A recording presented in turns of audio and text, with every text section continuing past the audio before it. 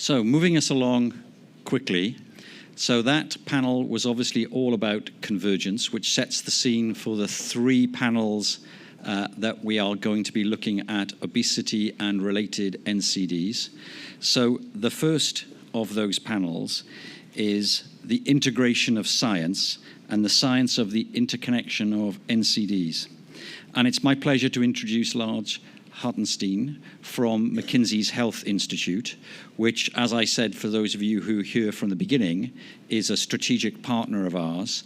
So we are very lucky that he is and MHI are a strategic partner, and he's going to give the keynote for the next 3 sessions around obesity. So Lars, over to you.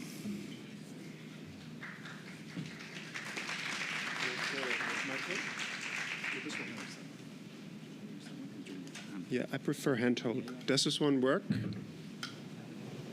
Thank you very much.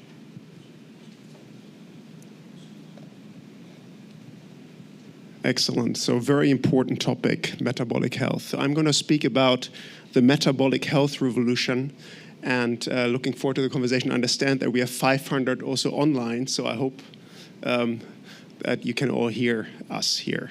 I'm going to start with a keynote. We're going to start then right afterwards with a panel. So I'm going to try to be quite swift so we can have a good discussion on some of these topics together. So if you're here today, probably there's no news on this particular picture here. Obesity is a hugely important topic with enormous amounts of health at stake, approximately 132 million years of healthy lives lost every year related to obesity, and around a potential of 3 trillion impact on global GDP by 2050. That's what we're talking about, looking at obesity only. We'll open that up in a bit. So also in the context of the Sustainable Development Goals and SDG 3.4 in particular, of course, highly relevant. Just the impact of eliminating obesity would give us approximately 6.5 billion years that could be gained globally if obesity were to be eliminated as a global public health concern. So we are talking about very big numbers here. So now to get us started, to see, like, in this very knowledgeable audience where we stand. I'm not sure we can do this also online, but like, fact or myth? Obesity grows fastest in low-income countries. Any indication? Fact? Myth? Yeah, some myths. Okay. So it is indeed a fact. Obesity grows fastest in low-income countries. Of course, the prevalence is highest in high-income countries, but in this case, in unfortunately a negative sense, LMICs are catching up if you look at the growth rates, and so therefore it's a fact. So next one, fact or myth? 50% plus of the metabolic health disease burden is due to obesity as a risk factor. Fact? Yeah. Myth? Quite evenly divided. So in this case, it's a myth.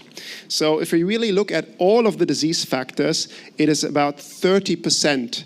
30% of the metabolic health disease burden is due to obesity as a risk factor. So, that's therefore, we'll talk about this more in a second, but if you really think about all of the risk factors, it's much higher altogether. So it's important, but if you want, not that important in the larger context. It's one out of the very important elements of metabolic ill health. Fact or myth? The new obesity drugs are a metabolic health revolution. Fact? Yeah, there's some biased views here in the room, by professionally biased, so to speak. Myth? So there, I think the audience is undecided. Very good answer. So it's both, right? There's no doubt that GLP-1s are an enormously powerful drug and that are really shifting the discourse from obesity as an intractable issue to a treatable medical condition. So that's really good news and an enormous contribution, beyond the mere effectiveness, efficacy of the drugs that they have systemically. At the same time, it's also very clear that GLP-1s, or I'm saying GLP-1s here as a stand-in for novel weight management drugs, yeah? That GLP-1s are only part of an answer and have a powerful role to play as a catalyst, but other things are needed, very clearly. So we talked a little bit about metabolic health here. The challenge is that there's no clinically defined definition of metabolic health in the same way that there's, let's say, division of diabetes with A1C larger than 7 or so. So it doesn't exist yet. At the same time, one doesn't have to be too troubled by that, because we can define, even at this stage, in a more naive way, what metabolically healthy looks like. And I'm not going to go through the entire list on this slide, but it's those things, that you have a healthy lipid balance, that you have appropriate body composition, yes, blood sugar, kidney function, and so forth, right? So we do know what metabolically healthy looks like, and we also know that around 93% of Americans do not fulfill these criteria, so they're not metabolically healthy. And similar is, I mean, I'm just talking about America because a study was done here by Tufts University, but you say similar things in some other high-income countries. So now there are two scenarios that we can imagine going forward. You know, now that obesity and metabolic health have been discussable in a new way with innovation that we have seen coming from life science companies, there is a way that we can now imagine going forward two different scenarios. Number one, reduce obesity and improve health. Yeah, so there we already talked a little bit about the numbers early on. There's enormous amounts of health, 132 million years of high quality life, that is at stake here per year, and towards like 3 trillion in terms of global GDP impact by 2050. So the target population in this scenario one is predominantly people living with obesity, and the intervention strategy is predominantly reactive treatment using new tools to address obesity. Yeah? At the same time, there's also another scenario. We can strive to achieve metabolic health for all and end obesity as a human-made epidemic. The health potential there is about 3.5 times larger, almost getting close to 500 million years of life per year for the global population, and the GDP potential is about double, right? However, this requires to think about the entire population as a target population, because, as I just said, over 90% of Americans are metabolically unhealthy, so therefore eventually everybody is at risk, so we need to think about everybody. And it means, of course, in terms of treatment strategy, that it's about prevention and treatment, and pulling the second type of scenario off requires a much, much higher level of cross-sector mobilization, versus the first scenario. One can argue some of this is emerging already through innovation and almost through stakeholder action today. The second one would be there would be a significant need for cross-sector mobilization to make that happen. Quickly looking at some of the data behind this, and you see that on the right side, you know, it's not only about what you would expect, like more or less cardiovascular conditions or so that are following from metabolic health or from obesity. It's also a quarter of the Alzheimer's and dementia burden that is already based on the knowledge we have today linked to metabolic health factors, and also a significant share of the cancer burden. So now, how do we get towards metabolic health for all? So I'm going to only sketch that out very briefly, but there are a number of shifts, fundamental shifts that are needed to really enable metabolic health for all. Number one, advances in science. We're going to talk about some of that in the next panel. The advancing understanding of metabolic health actually is, so if you want health, the understanding of the biology, and also aligning appropriate definition is critical from a science perspective, for example. Then on a transparency level, we do not know, or most individuals do not know what their metabolic health status is. Yeah, that's also true for the individual components. I was by one of the panelists has hosted an event yesterday on liver disease here in the margins of UNGA, and they offered a little test that I also took to to find out what the health diagnostically, what the metabolic health of your liver is, so to speak. So those are tests, though, that are not generally done. So just a small example of there are many that we diagnostically don't really know as individuals what our metabolic health is until when it's late. And on population level, we also don't know it either. So therefore, we also can't target, right? So transparency and rigorously measuring and tracking for individuals and populations is a shift that would be needed. Technology, of course, particularly to offer more individualized solutions that enable individuals to understand and optimize their metabolic health. And I'm always thinking here, as I mentioned before, about the entire population. It is useful to talk about the metabolic health of a child in a way that it's not useful to talk about the obesity of a child as a child is not obese. It's relevant for the entire population.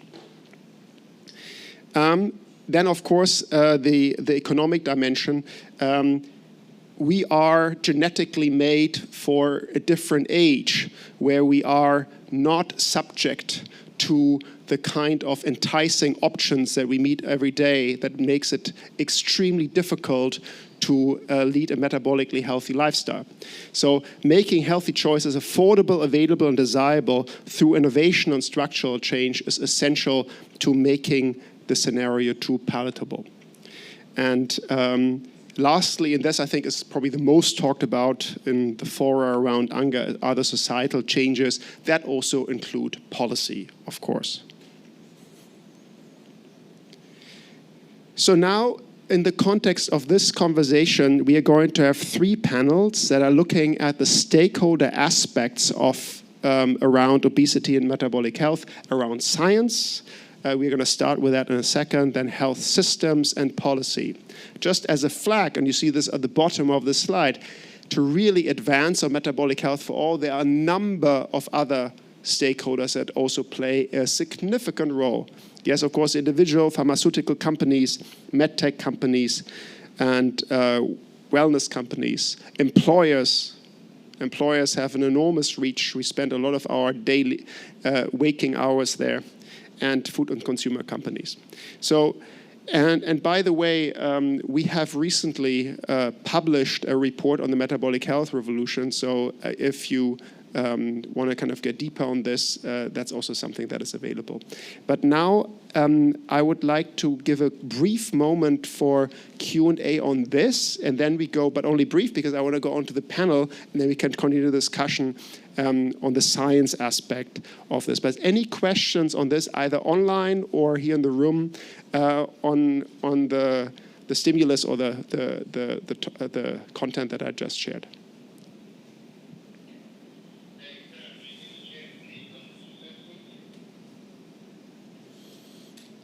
So one of the panelists is storming forward. That's supposed to happen in a minute, but like we're starting the panel already like this. Go ahead, please. So Lars, and we spoke about this when you were working on your paper. I got to read in advance, but you talked about 92% of Americans already not being metabolically healthy. And so how do you think about scenario 2 without recognizing for many of those 92% of people, they will need some form of treatment before the prevention part of this will ultimately benefit their lives, right? Because, just because we suddenly made the food environment healthier or the physical activity environment healthier or all those options doesn't necessarily mean that your LDL immediately improves. Many of us have genetic LDL issues or things along those lines. So how do you balance that in these conversations? This I know option 1, scenario 1 is treating people with obesity, but Scenario 2 is really treating people with other metabolic conditions plus prevention on top of it, correct? And plus treatment, right? Yeah. So I think the way to think about it is that scenario 1 is inclusive of scenario 1, right? So scenario 2 is inclusive of scenario 1, and therefore the reality is always a little bit in between. But I think right now we arguably, if we don't do anything collectively, the reality that will play out is going to be closer to scenario 1. So scenario 2 is a reach, if you want, but it's an and, right? So scenario 1 is more than the scenario 2, but there's nothing that you lose in scenario 2 technically that you don't have that you have in scenario 1. Thank you. Very important clarification. Any other? Yes. So online we have a question which is from someone who's developed technology which we would like to be used by colleges to collect metabolic data and research. Would anyone have any advice, best place to go for that collaboration? We would like, the beginning I didn't quite catch. Okay, so they've got technology to measure and collect metabolic data, but how do they get it out there? How do they establish collaborations to get that technology used? So, I mean, if this is a, let's say, a question how to grow a particular business, a very interesting question. If there's a scientific question, I would say they are engaged in the scientific community, get the data out there. So I generally believe, given that there's a multitude of offerings emerging in the metabolic health space right now, I personally have a bias also. With a medical background, that offerings that have science behind them are preferable, right? So, and we also, I mean, you get a kind introduction at the beginning of it. We, with the McKinsey Health Institute, we are looking at underinvested areas of health. So we would like to get investment in those spaces, but that's our mandate. But we're looking at investments that is, let's say, impactful and science-backed. So therefore, we are very interested in everybody who's trying to develop new value propositions that is actually helping. That's great. Yeah. So no particular advice there, but I think in generally, I think it's a very important space for innovation right now. Any other questions? Otherwise, I'll ask please, then I would like to ask the distinguished panelists to join me here on the stage, so I'm not so lonely here. By the way, loneliness is also a risk factor in terms of, metabolic health outcomes. So I think one shouldn't be alone too long. So please just take seats as you come on.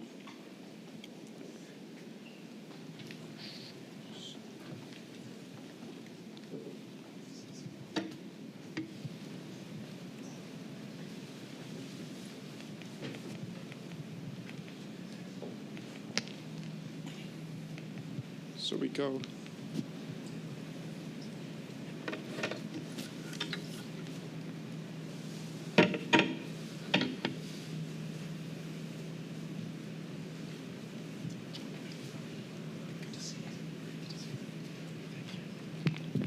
Hello, does this one work? So we have a significantly very experienced panel, so I'll now hand over as quickly as I can, but I'll do a quick introduction before doing this. So, and I'll do it here in a little bit like I start over there, yeah, so it's easy for everybody to follow. So we have on the very, from the audience perspective on the very left, Adam Wootton, who is a Chief Technology Officer and co-founder of Daiser.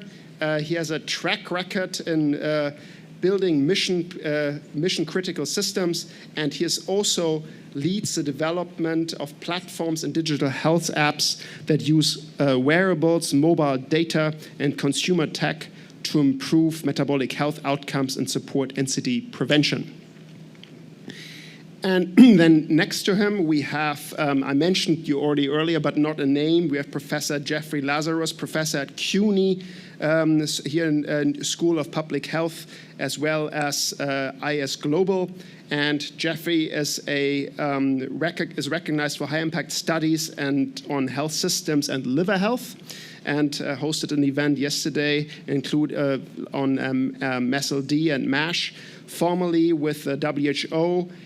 He's at the center of really translating the science of metabolic health and liver diseases into policy. So great to have you here. And then very important, of course, that we have a great mix on this panel between the private sector science, but also patient advocacy. So then next to you is, we have Joseph Nadglowski, who is the president and CEO of the Obesity Action Coalition, a non-profit organization formed already in 2005, dedicated to elevating and empowering individuals affected by obesity through education, advocacy, and support. And you are a frequent speaker and also author, and you're especially passionate about access to obesity treatments, as evidenced just by your question, tackling weight bias, and also sharing your own obesity, your own experience living with obesity. And next to you then, we're going back to academia. We have Professor Mark Lawler, Professor of Digital Health at Queen's University in Belfast, and the chair of the International Cancer Benchmarking Partnership, and also the scientific director of UK's Health Data Research Hub on Cancer. And your interest is also very much on how big data can inform NCD strategies and system change. Then next, we have Charline Coquerel Couniot, who's a vice president of communications and advocacy at Novo Nordisk.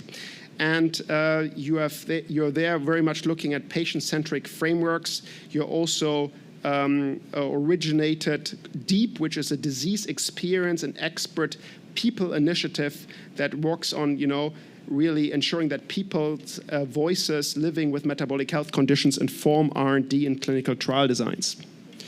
And so overall, very much looking at to reframe discussions around obesity and chronic disease within the NCD agenda. And then last but definitely not least, right next to me, we have Professor Ntusi, who's the president and CEO of the South African Medical Research Council. And he's a clinician scientist at the University of Cape Town, looking at cardiovascular disease, multimorbidity, and NCDs also more broadly, and leads the research and policy development across chronic and metabolic diseases, fostering particularly multidisciplinary collaborations that are needed for this area, and strengthen health systems and improve outcomes. So now, let's get into conversation, and let's maybe do a first round here in the panel. And I have a simple opening question linking back to my previous conversation. One of the shifts needed to really make advances on metabolic health is science. And so what can we do to really give science its best role to do that? What's needed, what we are not doing yet? And maybe we start exactly in the reverse order. So we start with you here, right to my right-hand side. Thanks, Lars. It's a fantastic pleasure to be part of this panel and to contribute amongst these esteemed colleagues. So in my view, I think there are 5 important shifts that are needed to really comprehensively address metabolic health. The first is around the biological consideration, understanding the comorbid conditions, the genetic determinants of disease, as well as other biological risk factors. And I think science has an important role in helping us understand some of the behavioral determinants of obesity, understanding people's food choices, the choice to take up an active lifestyle, and some of the psychological factors that may impact on people's behavior. And then thirdly, I think there is an important role for science to inform how we better understand the environmental determinants of obesity, the spaces in which people live, the availability of healthy foods as opposed to processed foods, and spaces where people can walk safely, be able to take up exercise, etc. And then I think there's an important role for science to inform how we think about the socioeconomic determinants of obesity, understanding the availability of fruit and vegetables, healthy foods, as opposed to high carbohydrate and energy-dense foods that may be cheap and easily available. And then finally, sciences, especially from the social sciences and humanities, to help us understand the cultural determinants of obesity and how in different local contexts societies view body shape, body size, and think about our definitions of obesity and their normative acceptance.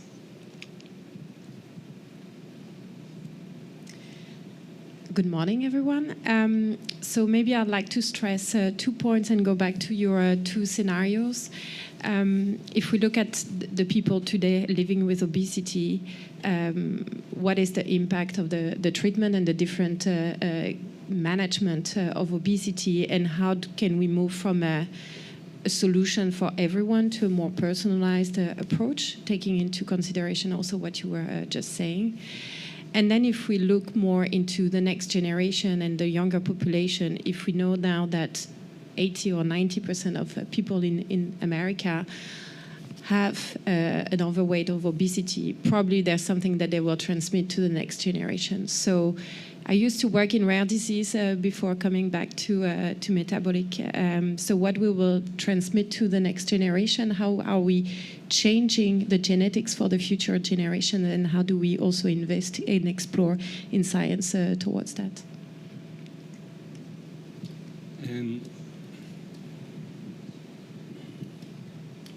I mean, I suppose a number of things I just want to highlight. I mean, the first thing I'll say is follow the science, follow the data. So I think it's really important to use science and data to drive the decisions we make, not opinions, whether they be opinion leaders. We should still follow the data and act on what it tells us. One of the things, as Lars said, I chair the International Cancer Benchmarking Partnership, and I think a lesson we've learned in that could be applied in the obesity and in the metabolic disease setting. Essentially what we did was quite a large study where we looked at cancer control plans and developed what we call the cancer policy scorecard.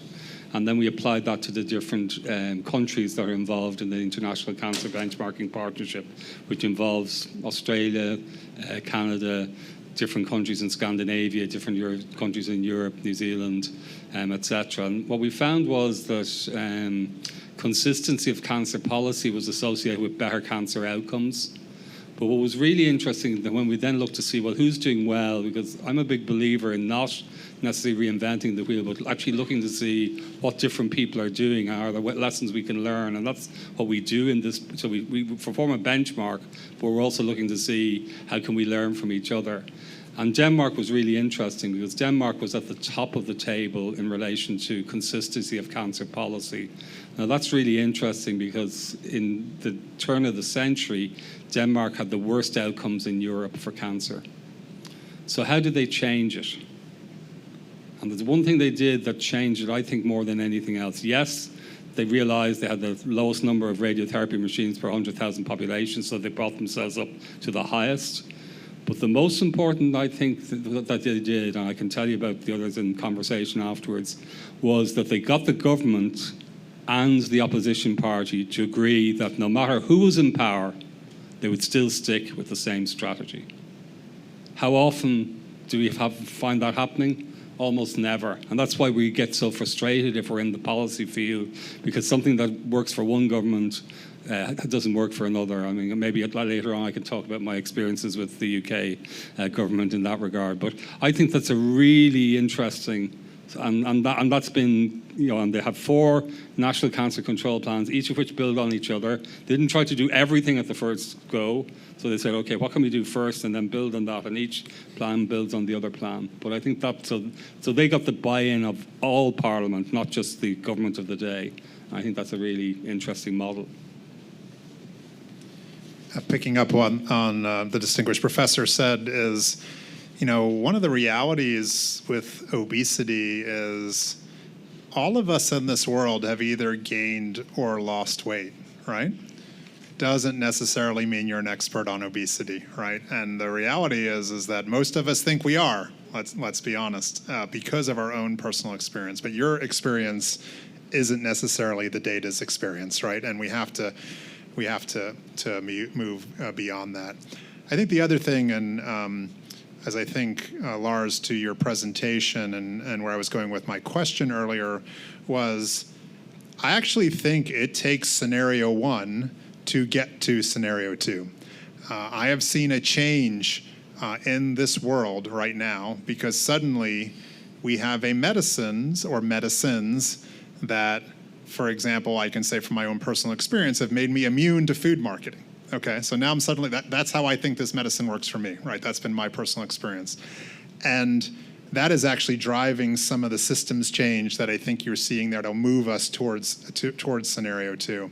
So I think for me, I'm excited about this time, but I agree completely, again, with the professor to say that we're going to have to follow the science because the reality is there's a lot of misinformation and there's a lot of kind of false promises and other things that have been made out there in society right now, and we have to figure out what really works instead of basically forcing people like me for over 30 years. I've been in a dozen behavioral programs. I'm on my 7th medicine now to treat my obesity. I had to figure all that out on my own. Nobody ever guided me. Nobody helped me get there. There was no science to advance me to get to this point. And the reality is that's what we have to change. Well, thanks, Lars, and thanks for the great introduction. I really like how you set the scene, and thanks, Bleven and the team, for holding, this event and this session.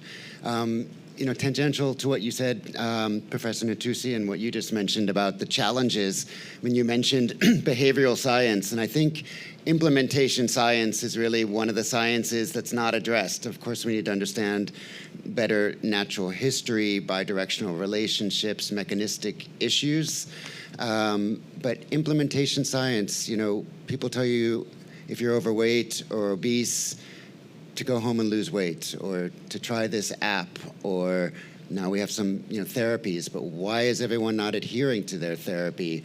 Why are they not able to make those behavioral changes? So more about the implementation or the science of implementing those kinds of recommendations, I think, and the entire area of knowledge translation is just under-addressed in the big scientific picture. Lars, if I could jump in real quick, I'm going to ask a favor of everyone because I've heard it a few times today, but one thing I would challenge everyone in this room to do is to never use the word obese. If we were here talking about cancer, you would not describe people as cancerous, or if people had HIV, you wouldn't describe them as HIV'd, right? They have obesity. So just a simple way that we're trying to change some of the unintentional bias and stigma around that. Sorry for that. And I'm not picking on you. It's my job to do that as an advocate, and I'd be fired for my job if I didn't do that. And you weren't the only one. I was the first author of the People First Liver Charter and People First Language. I said who have. Right. And I do believe very strongly that most bias and stigma around obesity is unintentional, but there are just small ways like that slips in. So just a challenge to everyone, and I realize I'm going to make some of you stutter, and you're going to try and try to figure out the right words, but that's okay, right? It's as we're trying to just change some perceptions. So. Sure. One thing I've loved hearing so far is about how we apply the science. So my background has always been about taking digital tools, the smartphones that almost everyone has now, the connectivity that we're hearing about growing at incredible rates, and empowering people, and more importantly, the communities around them to improve metabolic health.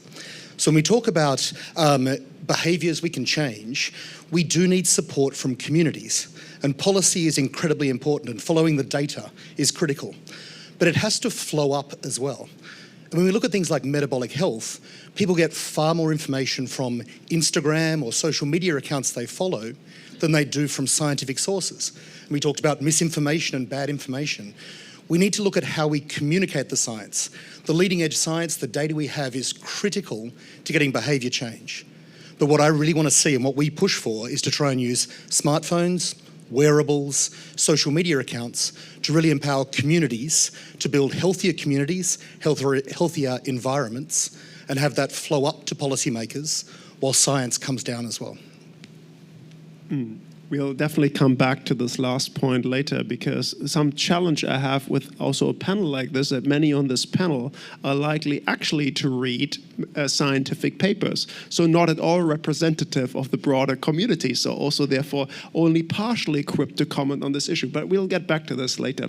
So I'd like to thank you for this exposition. So let's now go a little bit, getting from science to policy. So, and maybe just draw on a couple areas where you would like to see concrete translation from science into policy as we see it today, and also having in mind this broader framing on metabolic health, right? So what are some of the science-based policies that we like to see, and maybe also drawing some of the learnings from the other areas in global health that we have seen, like COVID, like cancer and so forth, that are HIV, that are arguably a little more advanced, even though for debate. So maybe Mark, if you would like to get us started on that question. Yeah, it's a really good question. It's a really good question, because one of the things that we've realized is that you need to think about the person you're trying to influence. If that's a policy person or a politician, you have to think about what is going to work for them, not what you think is going to work for you. And I'll give an example. It's from cancer, because that's my area, but I think it's a learning that can be learned right across the piece and applies to metabolic health as well. And so in England, there was a situation where a particular drug was used to treat patients with metastatic colorectal cancer. And whereas the clinicians wanted to give the patients treatment breaks from the drug because they might have toxicity issues for something like that, the protocol didn't allow that, and it was banned by the NHS. So we worked with Bell Cancer UK, who are a UK colorectal cancer charity. And what we did was we said, okay, what's the evidence base that we need to provide to the NHS to make a difference?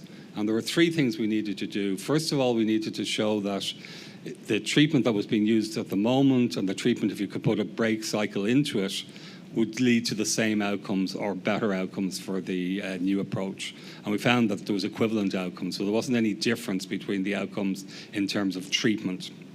And the second thing we did was then we said, okay, well, let's collect patient testimonials in relation to their situation, what's happened to them in relation to not being afraid, for example, that if they went off the drug, they wouldn't be able to go back on it again.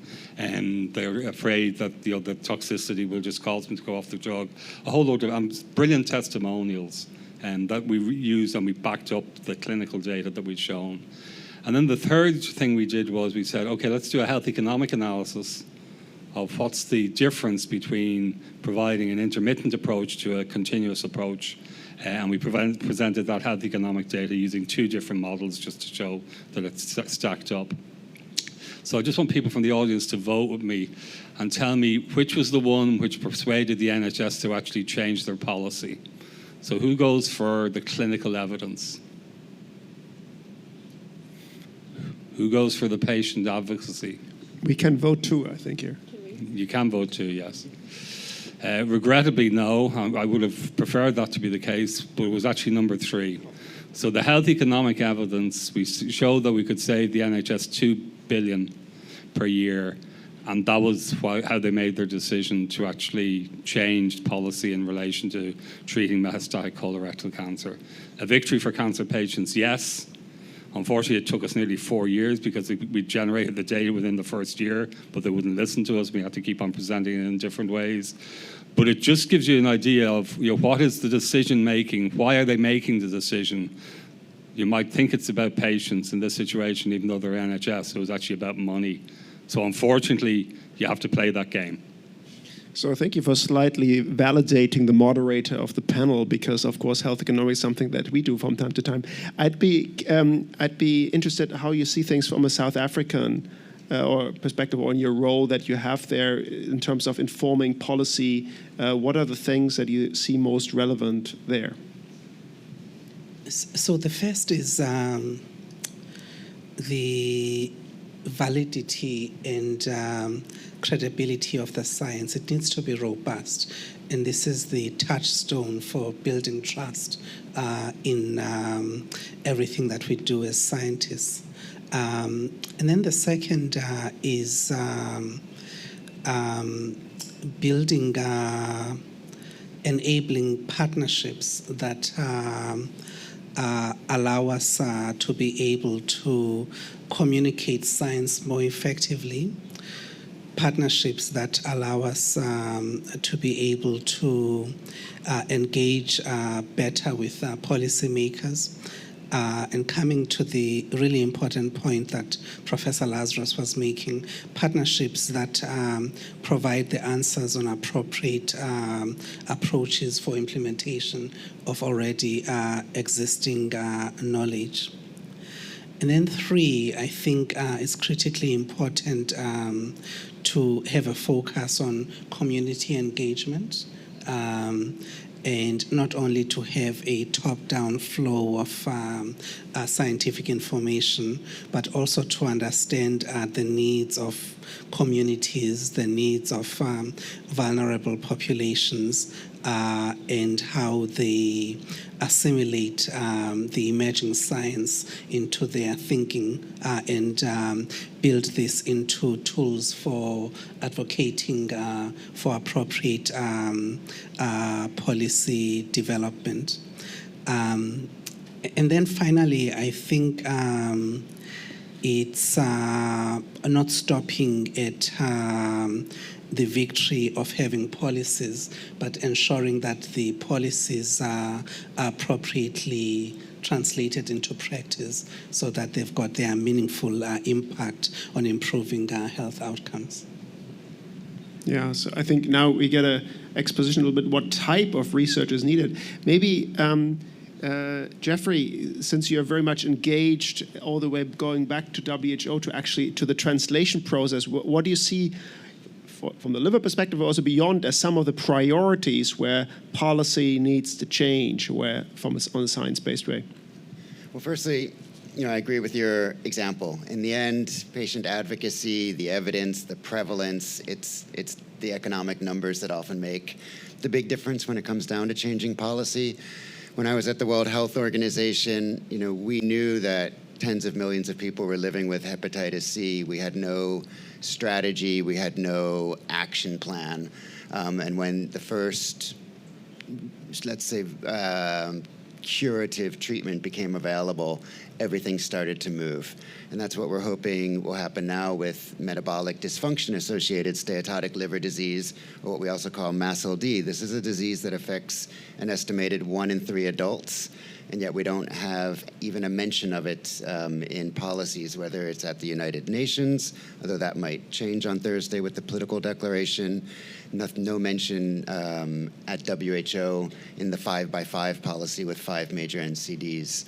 So I think policy, we know policy lags behind the reality, but in spite of attempts from patient advocates, scientific publications, and even publishing about the cost of inaction, it will probably be the availability of new medications that drives this change, which, again, like you said with the example from economics, we're very happy to see the change happen now, but it needs to happen, and it needs to happen. I'm not a single issue person, so it's not just liver disease, it's also chronic kidney disease. To have WHO, where I worked for 11 years, focusing on just 5 major NCDs, and I can understand you don't want to get spread too thin, but to even mention that relationship, like you did, Lars, in the opening when you said what are the risk factors and the contributors to metabolic health, you would want to mention the other major diseases, at least in passing. It's hard to talk about diabetes policy and not mention metabolic liver disease, MASLD or MASH, or to mention cardiovascular disease and not talk about what is contributing to that, including liver disease. Yeah, thank you. Let's maybe go onto the health systems perspective, onto the very acute moment we have right now with the new drug classes that we are seeing. Yeah, and maybe Joseph first, and then Charline. You know, what do we need to see in terms of the systems preparing for this new generation and of drugs, and or I mean, some of them are not so new, but they're new for the way they're used right now, right? For this new opportunity that we see there, what is needed there in terms of system change to prepare for it? Yeah, so I think one of the things I've talked about a few times is that the innovation around these medicines has come faster than our system has been able to catch up to provide care for people. And the reality here, and again, this is my very American perspective, is that now if you have money or you're very fortunate to have a very a big employer who's probably thought about this a lot and provide coverage, you have access to these medicines. Or if not, you do not, right? And by the way, there's an in-between where we probably all could go on our smartphones right now and have some whipped up version someone made in the basement down the street delivered to our house, delivered to us here while we're doing this talk right now, right? And so you have first-class citizens, second-class citizens, and then third-class citizens based on where we are. And I think that is actually our major challenge right now, is that the system we have to develop a system to actually provide the care around these medicines. These are serious medicines for a serious problem, but they should not be just given to folks without proper care, right? And the reality is I've been in all these programs for all those years, and I've had to find all of those on my own until just recently, where my primary care provider has gotten trained and actually now guides me through this process, and I have support really for the first time on my own, where the system has provided me the support instead of me finding support on my own. And I think that's what needs to change in the short term now, is to build that wraparound care. And by wraparound care, I mean nutrition, physical activity, and probably most importantly, mental health, which is often left out around this issue. Many of us struggled with obesity, and that either contributed to us developing mental health issues, or we might, for example, have had an adverse event or something along those lines that actually did that. And then, by the way, when we take our body weight away, we have to still deal with those underlying issues. And so I think that's one aspect. We hear a lot about nutrition counseling and physical activity, but the mental health part is the third part that I think needs to be added to that equation as we build the proper system to care for people. Yeah, so I think when I look at the GLP-1s, it reminds me the story of Prozac in the late 90s or 80s. Sorry, Prozac was also a big game changer in the depression, and what Prozac did at that point of time is also to reframe the conversations. And how we address depression going forward. Yeah, one could say it's been overused and then it became a household name and so on and so forth, but that really put depression at on the agenda and on the map, which was not the case before.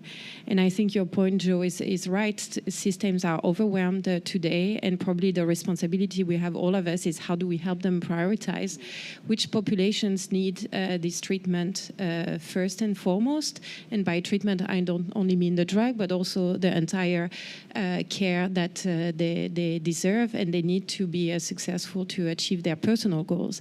And secondly, I think talking about the personal goals, I mean, we all have different healthcare goals in life, and today we look at the weight loss only as an individual goal, but maybe for, as you were mentioned, for you, Joe, your personal experience, the food noise that you had was very important, and maybe that's more important than your number on the scale. And these conversations, we need to evolve them as well as we know more about the disease and the people and the science. I will add on that, just on that point of weight loss versus health. I think many people seek care for the first week or two for weight loss, and then they shift very quickly to understanding this is really about health, right, kind of thing. And we've got to move people there quickly to that conversation. And there's a saying in the patient community, when we're looking at outcomes for these medicines, what we're actually looking for are non-scale victories, right? What we call NSVs, because that is actually what keeps people engaged long term. It's about the quality of health improvements. The fact that I could walk a mile here today without pain is actually the real reason that I sought treatment for my obesity, not because I weigh less on a scale right now. So if I can quickly follow up with you, just so like specifically, I mean, you're here in the US and based in the US, so what would you like to see in the systems? Of course, it's a very diverse system in the US, fully realize that, but what's the one thing you'd like to see done differently in the delivery of care and also prevention, or what do you? Well, I think in terms of the overall system, you know, we have this kind of view in the US that it's either food or it's medicine. And I think, you know, you might look at the current Make America Healthy, again, movement, which is moving back towards the food arguments. We've long had medicine before that. And my belief is that we actually need both, right? This is going to be food and medicine. If we really want to solve this, we have to do both. You have to have prevention and treatment. When we talk about cancer, we talk about prevention and treatment, right? When we talk about HIV, we talk about prevention and treatment. We do both of those. And then in the short term for policy changes, I think the biggest change would be for our healthcare system to find a way to make sure that every American has access to some obesity care under their health insurance. And right now that is not the case. For no amount of money can I buy insurance for my organization in the state of Florida where we are based, but we have people all over the country that covers any obesity care. Zero, not included. So that has to change, right? And that's counseling, medicine, or surgery, right? Not talking any of those, but at least let some of that be covered. That's the policy change that I think needs to happen in the short term. We can talk about this being the greatest problem of the current century, and and by the way, people with obesity being the major contributor to expenses, why our health insurance is going up in this country. Yet we don't offer people solutions to help that, right, within the healthcare system. We expect them to go out and do it on their own. And the reality is that it needs to be a combination of, yes, we need to do this in the community, but we need to do it in the healthcare system as well. So, taking up your keyword and asking you, Professor Ntusi, also as a clinician, food or medicine? And afterwards, I'd like to hear from you, maybe Mark, you had a comment, I think. So I think it's all of those. So one needs to take a integrated approach that looks at dietary choices, promotes physical activity, supports mental and overall well-being, and looks at environments that are enabling, and of course, appropriate drugs, taking a personalized approach to supporting each patient. And I think the challenge for us who run clinical programs is not only to just dish out the drugs, but to make sure that we support patients with all of those. Thank you. I mean, one of the things we do within our own institution is have this One Health philosophy in relation to the health of the soil, the health of the food, the health of the environment, etc. Metabolic disease is an ideal example of where we need to be doing this cross-cutting across government departments. So if we want to have sport and exercise, that's one department. At the moment, it's all different departments, and that doesn't help us at all. And particularly for something like this, where it actually hits so many different parts of society, government should reflect that, policy should reflect that, and therefore we should be seeing much more of that type of approach. It really irritates me, and we see it less so in cancer, but it is an issue in cancer. But certainly in relation to metabolic disease, I would have said it's the ideal whole of government challenge that we have to face together. And so we really need to get our governments to be thinking about how do we improve the health of the soil, how do we improve the health of the environment, how do we get more kids into sport. And the other thing is, we haven't really touched on, maybe we're going to, but the whole inequalities. So how do we address inequalities in the context of metabolic disease? Yeah, and it may even be more, right? Not only across government departments, but across society, and maybe, or actually not only maybe, it is actually definitely across society. Maybe we can get to that though by speaking a little bit more about innovation more broadly, and also much of the data that is being created now through wearables and from through consumer tech and so forth, where part of the solution is coming from a conservative health system perspective, from an unexpected corner. And maybe Adam, you can shed some light on this question, given it's closely related to what you're doing. And how can we use this unprecedented wave of data that's coming from a source outside of the system to work towards metabolic health for everybody, essentially? Yeah, it's a great question. In the previous session, we talked about people using their smartphones to look up their financial data all the time. And it was 90% of people now get financial data through their smartphones. Yet when we talk about health data, it's being driven by multiple different islands and silos of data. So we talked about electronic health records before as well. That's one silo of data that gets created and sits separate. Then we talk about wearables. Wearables come up. That's another separate silo of data which is created. And the consumer can go across these different areas. We see educational content they get, whether it comes from physicians, government bodies, whatever advice they get. They also get it from their communities.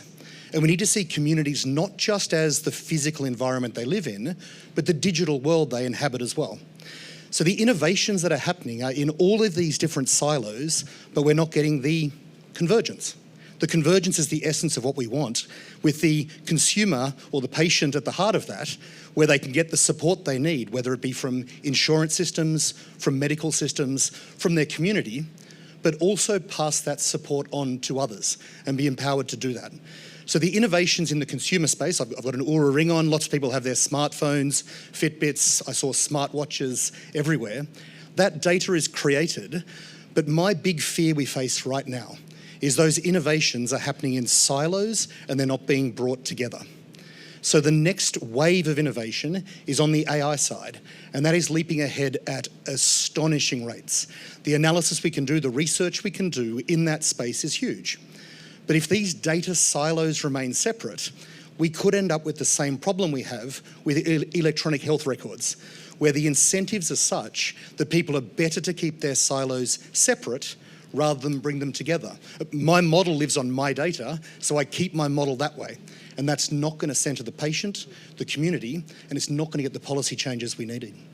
So here, anybody who would like to take it, I'd like to really follow up on this, because we have here a panel on science.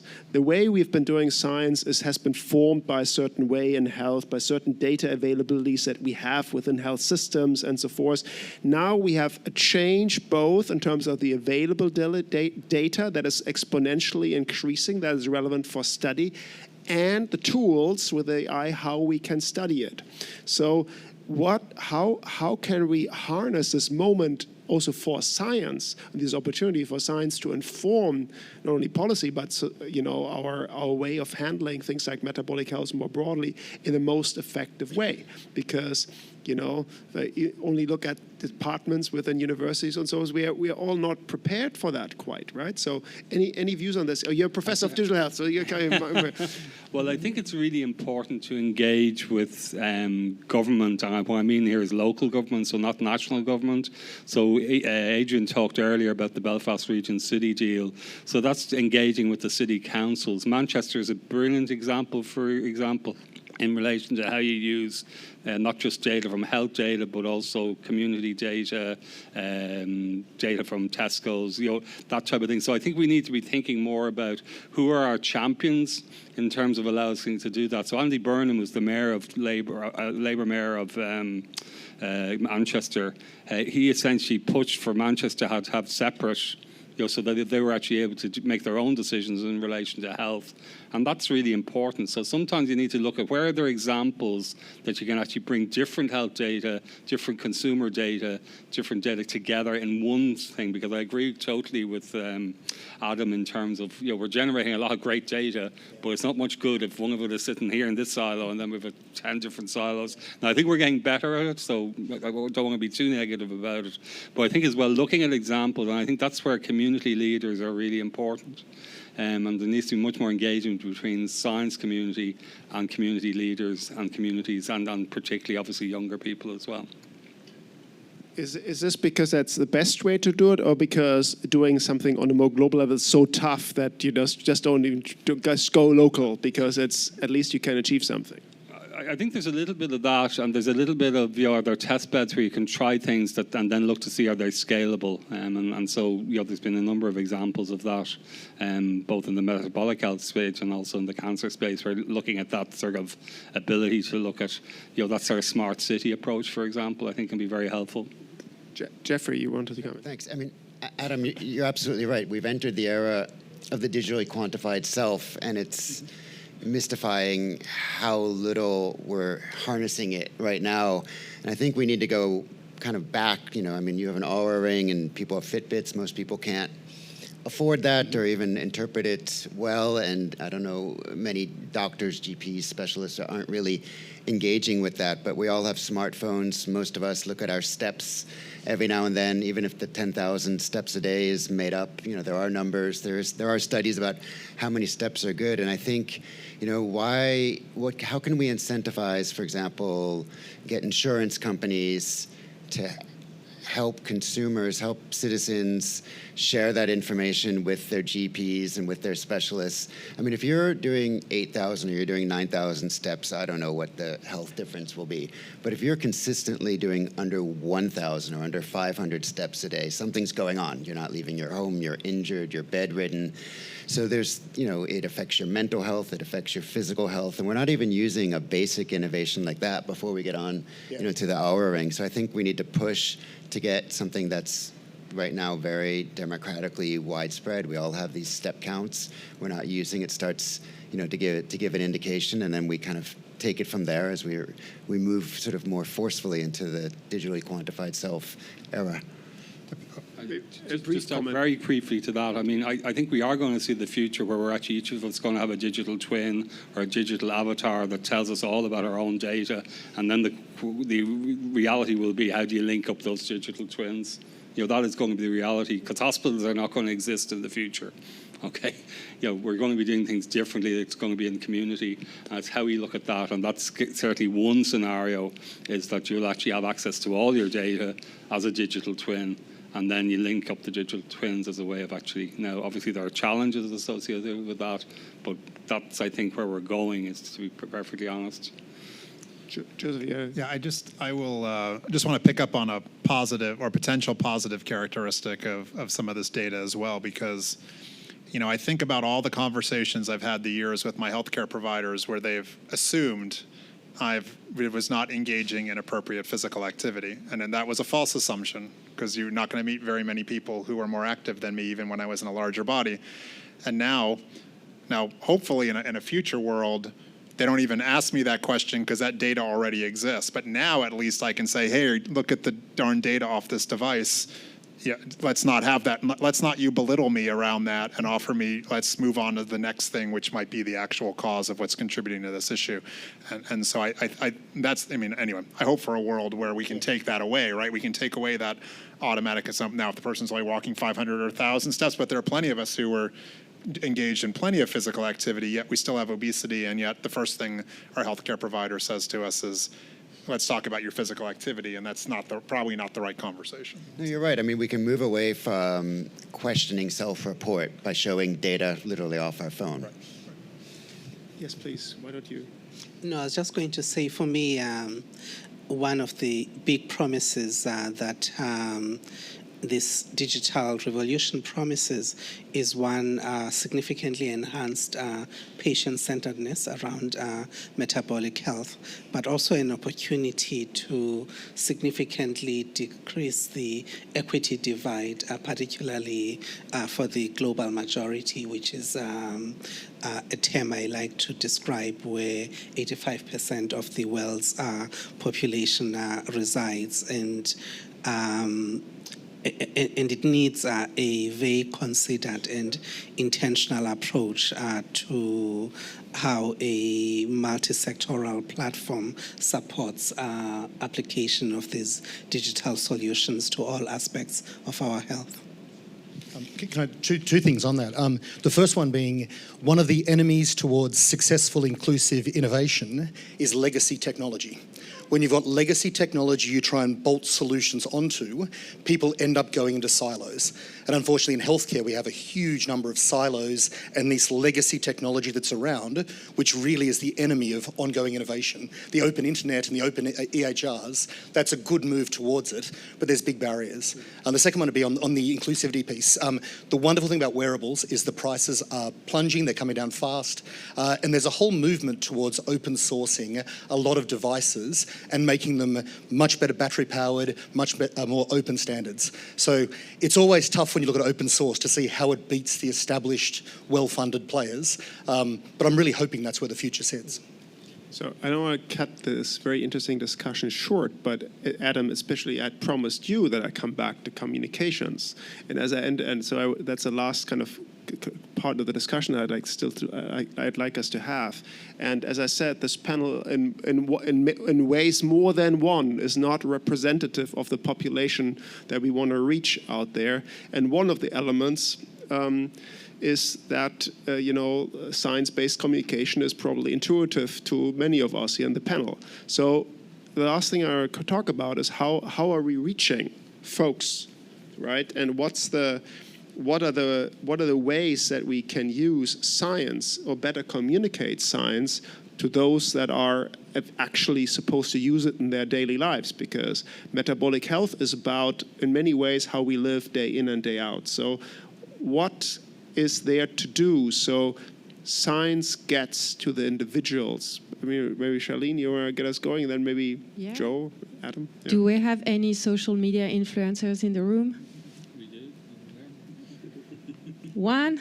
Yeah, maybe that's the answer, right? If we don't open up this kind of forum to these individuals who are watched by my two teenagers, then I think we are missing bigger opportunities to spread the knowledge to future generations. Yeah. So just I think agreed. The challenge is reaching also the influencers, I suppose, with science-based communication, and also ensuring. You can't never ensure it, but how is let's say the science-based influencing share of voice being increased, so to speak, right? So that's I think a challenge that I see. But I see some nodding. Yeah, look, from our perspective, we look at science communication, and science is designed to be communicated to other scientists, and that's how we build that collective knowledge and it moves forward. We don't often think about how science can be communicated out to make a bigger impact in society, and that can be an incredibly slow process. We also know that frontline healthcare workers and communication areas are massively overloaded. And I don't think we're very good at being able to push out and say, here are the 3 messages you can take forward. Because social communication works in threes. It always does, and says, here are 3 things you can do. Here are your 3 challenges. In science, we often go, here are the 15 major risk factors that we like to consider. It's a totally different way to communicate. One other challenge when we've worked with scientists is science thrives on trying to work on where there's doubt. We look at doubt and say, where are the errors? Where might this not work? Where can we find the edge cases, the corner cases? Because as scientists, we find that interesting. What that always does is complicates communication. If you look at the incredibly successful social media influencers, they all go on absolute certainty. You never see Arnold Schwarzenegger coming out and go, well, this is what you might be able to do in any circumstances, but I might be back, exactly. Here are the 15 things that you should be really careful about if you do this bit of advice. Science, it's really hard in science because that's the way we're wired, is to look for doubt, look for uncertainty and work there. But in a modern communication world, that means that the people who are certain about things that they possibly shouldn't be certain about are the ones who capture the message. So Joe, please come next. This is a real challenge, right? As also our team from McKinsey Health is partially also back there, and some of my slightly or maybe much younger colleagues, they also challenge, how is one communicating, right? And we know what communication gets to the folks, right? But how can science be inserted in influencer communication? Because frankly speaking, much of the health influencer communication is not science-based at all. Yeah. So, Joe. Yeah. So we recognize that as well in our work, and we obviously have targets from our organization for evidence-based or science-based communication. We target patients, we target healthcare professionals, we target policymakers, insurers, legislators, you name it. We target those groups. But recently, we actually said, you know what? We actually need to target influencers around that, and we've actually formed a panel, invited them to come to our meetings, and curiously, yes, they still release the gotcha headlines, right, because that's how they get people to look at whatever's going to be, but then we've seen some more substance start to get developed into their content. So I think it's about, we target the media. I think we need to actually develop programs to specifically target these influencers, bring them in and share with them the science. And it's the reality, just like when I work with media folks, right? 75% of the time they probably get it, 25% they don't. But you work with you keep nurturing the group who is going to support more positive messaging, and you move that forward. So I just think some of us have just sort of said, hey, we're afraid to touch that space or do that. Nope, I think you got to get in, get your hands dirty, meet the folks, have conversations with them. And these are real people. In most of the cases, especially if it's about obesity, they usually have their own lived experience with obesity as well. So we can create that connection maybe to have more of these conversations. Yeah, and patient advocacy groups are a critical part of this as well, because they have that source community they can reach out to. The other big thing is to make content easy to share. The social community works on sharing. That's where the value comes from. And so content has to be easy to share. It can't be a 15-page academic document that we like reading. Yeah. And writing. So I'd like to maybe do one last round before we open it up to the audience. Is there anything that you still like to comment though before on this particular, like Mark, very briefly? Just on this particular thing, what you have to do is do it, not have the scientists necessarily always communicating, but actually do it with social scientists. We've just finished a program in relation to food with an organisation called Brink. It's a local community organisation in Northern Ireland, and it has achieved far more than we ever achieved from 20 or 30 different press releases that have come out of our comms department. So you have to work with the right people. And the second thing is in terms of influencing, just give a very, very quick example. So I do a lot of work with politics. So obviously we want to influence politicians as well as the public. One of the things is getting the politicians in the room with you. So in the UK Parliament, you can get an MP to essentially hire a room for you. You go into that room, you put on something in the room. If you get 10 MPs coming to that, you're delighted. That's out of whatever number there are in total, 560 or whatever it is, more actually. So we had 126 in the room for one of the events we did recently. It wasn't to hear Mark Lawler speaking, it was to hear Brian Robson and meet Brian Robson. Brian Robson, the former captain of the English soccer team, captain of Manchester United. They all came along, they got their picture taken with him, they got to shake his hand, they got his autograph, and they talked to us and they listened to us and they stayed much longer than they would have normally. So sometimes that personality approach, once you do it in the right way, and Brian was great, this is for Radiotherapy UK, he's their sort of overall, not sponsor, but overall representative, and that made a huge difference. So sometimes you need to get in the room with the people first, and in order to get in the room, you have to use different approaches. So the takeaway is to refreshen our links with members of national sports teams. Good. So maybe can I yeah, just, please. I think it's you made the point at the start to engage a payer that you needed to do a cost-effective, and that was the trigger. I think for us to connect with social media is to just listen to conversations on forums, what make people click and connect, and take this as a starting point. And then from that, you work backwards on the key message you want to really get across. So it's similar recipes across.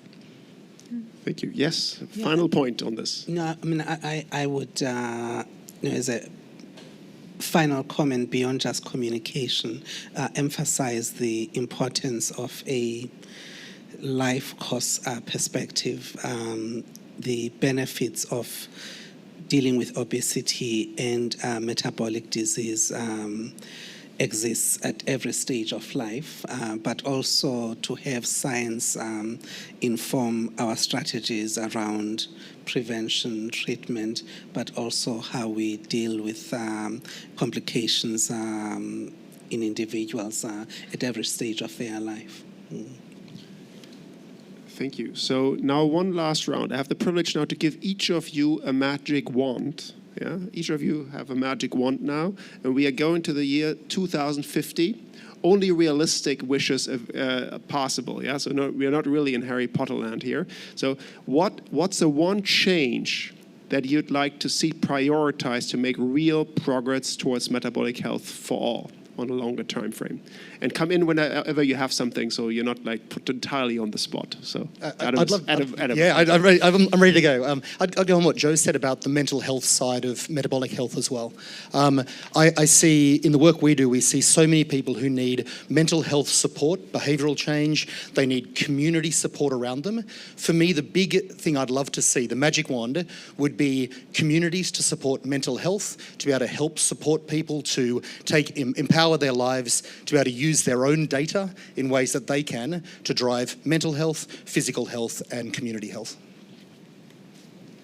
Great. Yeah, I can only agree. I mean, putting people at the center of their own health so that they can get the support they need. I like the concept you mentioned of no hospitals in the future, but getting the care you need, the peer support, the information off your wearables and other devices, so people know everything they need to know about their health, and they know what to do to improve it.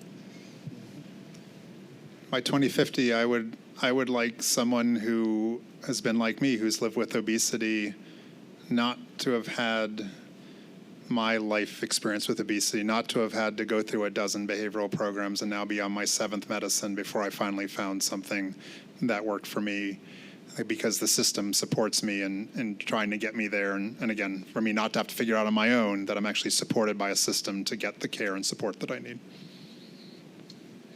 That I and all my fellow citizens are able to access all my data from my own phone, and then to make my decisions on how I can actually improve my health and well-being, and obviously reflect very much the mental well-being. I think what you said is absolutely right, Joe, and that's something that we're not focusing on enough, and we need to have mental health strategies that impinge into every aspect of health, but I think particularly, as you highlighted, metabolic health. But that ability to have all that data yourself, so you can make decisions. Not everybody's making decisions for you. You can make the decisions, and I think that's really important. Sure. For me, it would be, and I agree with everything that has been said, but would be around how we improve access to evidence-based therapies. And so GLP-1 receptor agonists, SGLT2 inhibitors, GLP-1, GIP-1 combinations, and to have people in low and middle income countries have equal access to these as do patients in New York.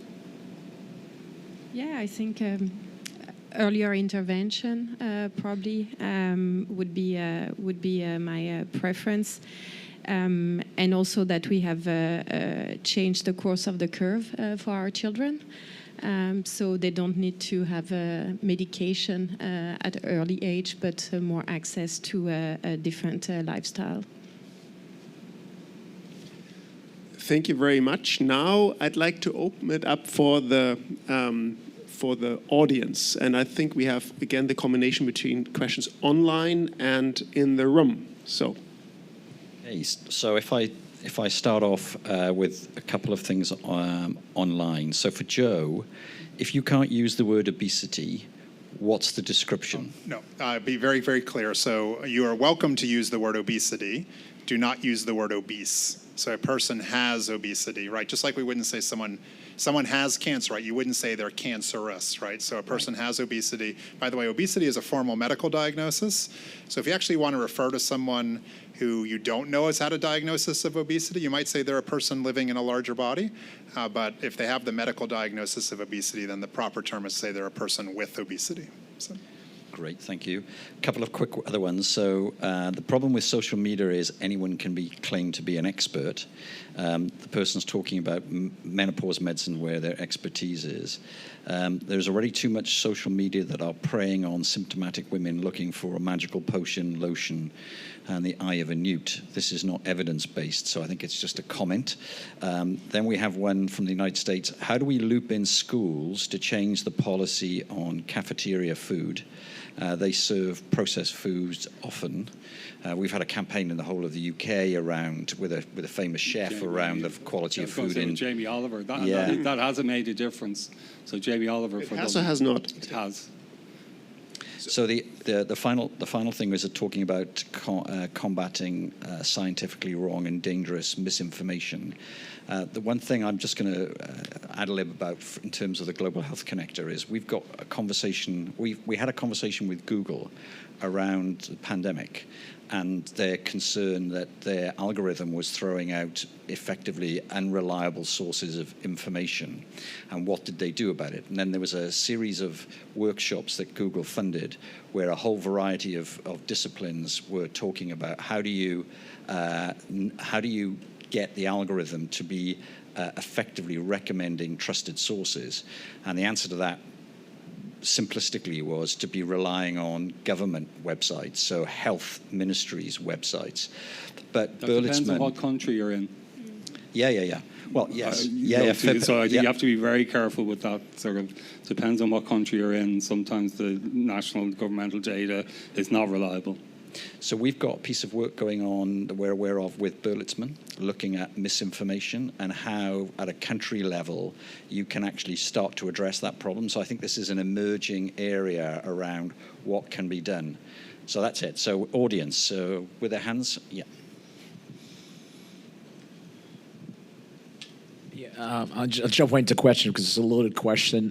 Basically, I mean, coming from the clinical trials, years of working in different clinical trials as well now, it's jumping into the microbiome, into the precision medicines and diagnostics.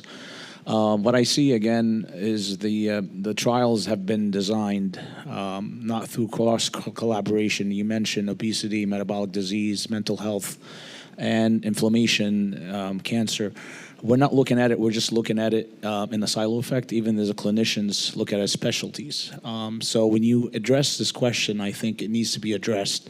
How do you design these trials to be inclusive of all we just mentioned here? Because it is important to take it to the next step, especially health and well-being and prevention is going to be very big soon. Yeah, if I can comment on that, I think, in a lot of our advocacy work with the Food and Drug Administration, we'll for example, use the new medicines as an example. So the Food and Drug Administration actually approves these drugs for weight management, not even for obesity. And it has simply been our request that they actually label these drugs for obesity, because it is so much more than just about, again, as I mentioned earlier, the pounds on the scale, right? That's what we're actually seeking.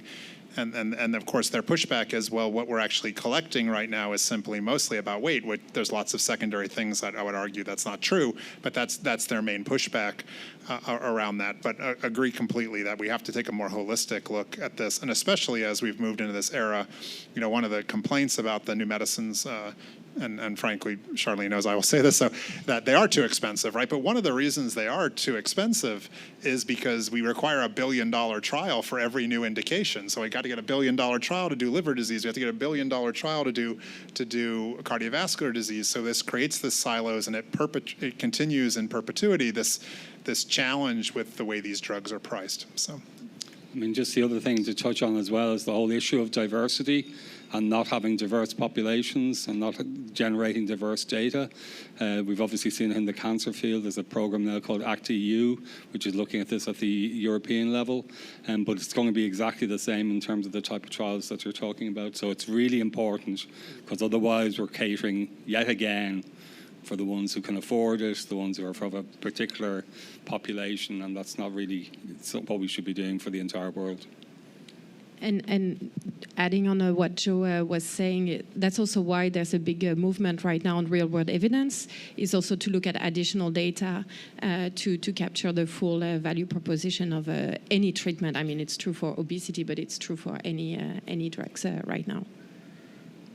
I want to build on this question a little bit, because we know, and we have heard also on the panel, how multifaceted metabolic health is.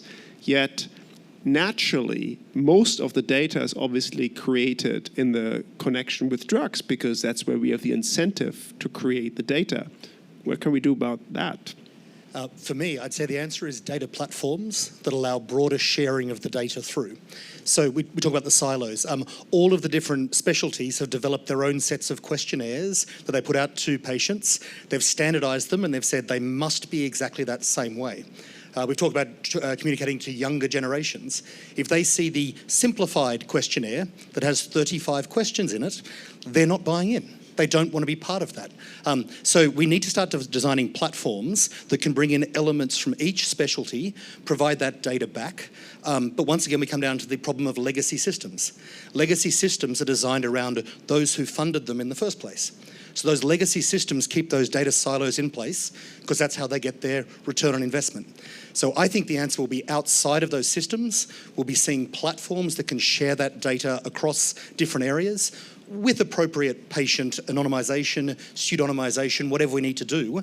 And it's my hope that once those platforms are built, the AI agents can sit over the top using either agent-to-agent or RAG-style communications to be able to provide the data back for each group across those silos. Because I don't think we're going to beat the regulatory and organizational and legacy technology barriers that are there. Lastly, thank you. I'd like to combine two of the online questions, which are on some level all about the younger generation. One is schools. What can schools do so we can live up to some of the wishes of from the panel that our children will do better than us? What can schools do? And also, these same children are also, most confronted by the misinformation that was mentioned in the other side. So what do we do about that generation? I think one of the things we focused a lot on school meals. I think we should be more focusing on teaching our children to cook properly and to use foods properly. So rather than providing them with school meals every day and healthy food school meals, which has tended to be in the focus, they also need to be able to actually prepare that for themselves, because otherwise they're just going to be relying on somebody else providing. So I'm a big believer in actually getting kids to cook. And again, I think it's a very simple thing, but I think it's also really very important. non-digital, but very it's not a big idea, but I think it's really important because the focus has always been on providing school meals rather than saying, okay, learning how to cook and cook healthily. So one of the things we see quite commonly in schools, now I'm going to take this a slightly different direction, coming home now, are anti-bullying materials, right? So we teach, where we send home the parents saying, hey, talk to your kids about making sure they're not making fun of kids because of their religion or their race or their ethnicity or their sexual orientation, et cetera. But almost none of them actually talk about the original form of school-based bullying, which is making fun of the child with obesity, for lack of better terms, the fat kid, right, kind of thing. And I think there's an opportunity missed when we're not actually having those conversations. I want to be very clear. We are not going to shame and blame people into addressing their obesity. We're especially not going to shame and blame a child into addressing their obesity. All that shame and blame does is cause a child to have worse mental health and likely gain even more weight over time. And so an issue where we could take a slightly different approach in schools, and a gap that I think we're missing. I think in the 50 states in the US, I think 3 only require weight-based bullying materials to be included in their anti-bullying activities, and all of them require anti-bullying activities. So. For me, I just want to end on the commercial determinants of health. I mean, we need to show that it makes sense from a cost perspective to provide those healthy meals. I mean, it'd be nice to teach people how to cook, but we can't even get the schools to provide healthy meals. Where my daughter went to school for a year in the U.S., they built a McDonald's across the street, and seniors were allowed to go eat there, during the school time. So, I mean, I think we need a top-down approach that looks at regulations, what's available near schools, and how can we limit that to school-age children, at least while they're in school, and a bottom-up approach where parents are also pressuring the school system to provide healthier foods. And you mentioned earlier the example, of Denmark and sort of that grand coalition they created. I lived there for half of my adult life, and that's been something that's always fascinated me, how they collaborate and agree on the big issues. And in schools, it's always been about not just healthy food, but even organic food. You can't go into a kindergarten without organic bread, organic milk, low-fat milk. So, we need that example to be shared, and we need to understand how they're able to do that in that country and how we can do that in other countries. I'd... One question. I'm giving you 10 minutes. You've done so much. Oh. No. So we have 10 extra minutes. That's there's a Jeffrey, you need to go. Yeah, I'm gonna have to step out, as I told you, at 12. Yeah. So you leave when it's fit. I've had the 10 minutes. Okay, so then I'd like you to join me online or in the room to thank our panelists, please. Thank you very much.